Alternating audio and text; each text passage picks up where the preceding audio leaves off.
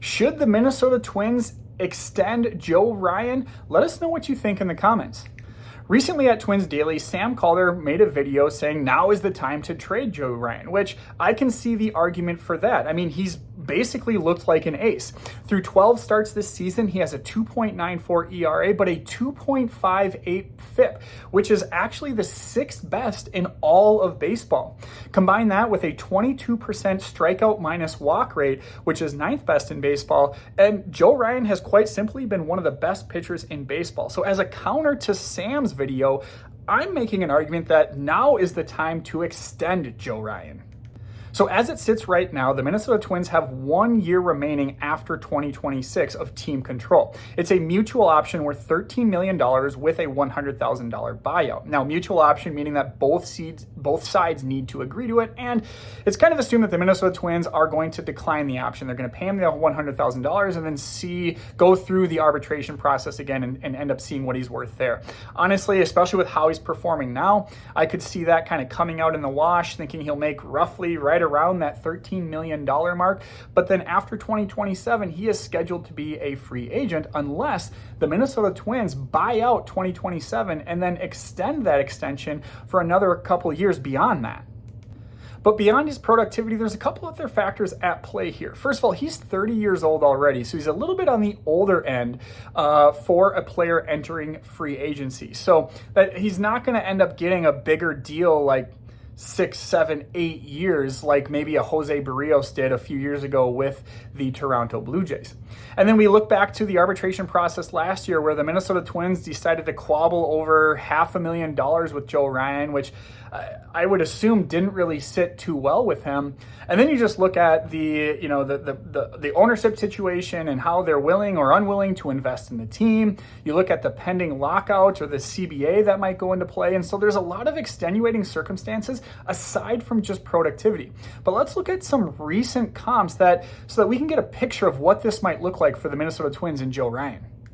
So I mentioned Barrios already. He signed a 7-year, $31 million deal with the Toronto Blue Jays back in 2021, and it was a very similar situation. He had 1 year remaining in arbitration. He, at that point, had 2 All-Star appearances, and Joe has 1 right now, but he's on pace for a second one. But the big difference there is he was 3 years younger. He was 27 years old at the time, and he got a contract that was roughly $18.7 million average annual value. Another recent comp, Pablo Lopez with the Minnesota Twins back in 2023. He signed a 4-year, $73.5 million deal, right around the same annual value of Jose Barrios. Just like Barrios, just like Joe Ryan, that bought out the final year of arbitration for Pablo Lopez. But just like Barrios, he was 3 years younger than Joe Ryan is right now. He was also 27 years old, and he was coming off a hot start, just like Joe Ryan. And then a last comparison, just to kind of keep in the back of your mind, it was discussed, it never came to fruition, was Logan Gilbert and the Seattle Mariners this last offseason. Again, he was entering his last year before free agency, and they were trying to come to terms with him. Now, the details were never confirmed, but Major League Baseball trade rumors estimated that Gilbert was roughly going to get a 4-year, $85 to $90 million deal. So you're looking at an average annual value of $21 to $22 million, depending on where that falls. Now, again, that was never confirmed. That was just speculation by MLBTR. And Logan Gilbert probably has a little bit better of a track record than Joe Ryan. So I think Joe Ryan would fall maybe just a little bit short of that annual value that Gilbert was speculated to receive. So enough with the comps. Where are we at here? Ultimately, I think that if we are going to extend Joe Ryan, it's probably going to look similar-ish to a Pablo Lopez type of deal. Again, he's already 30 years old, and so you're looking at maybe more of a 3 to 4 year deal. They could go either 2 or 3 and have a higher annual value, but the total value of the contract is lower, or maybe you push it to a 4-year deal, maybe throw in an option for that last year, whether it's a player or a team option. And so the average annual value is maybe a little bit lower, but the total value of the contract is a little bit higher. So what I'm thinking that might look like could be like a 3-year deal between $55 and $60 million. So again, you're kind of in that 18 to 20 annual value range, or maybe you throw in a 4th year there, and for giving him that 4th year, you make it a team option, but maybe the contract value is more in that Logan Gilbert range, 85 to 90.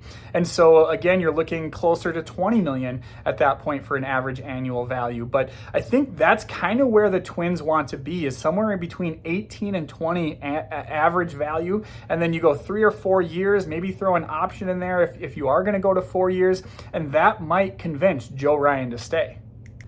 So with those numbers out there, what do you think the Twins should do with Joe Ryan at, let's just say, by the 2026 trade deadline? Should they trade him, or should they look to extend him, whether it's at the deadline or maybe going into the offseason? Because one question mark around Joe is if he can finish a season.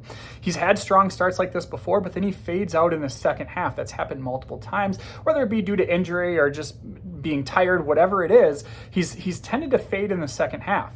And so what do you think they should do? Should they trade? Should they sign or extend? If they extend, what would that contract look like in your mind? Let us know in the comments, and make sure you're following twinsdaily.com for more.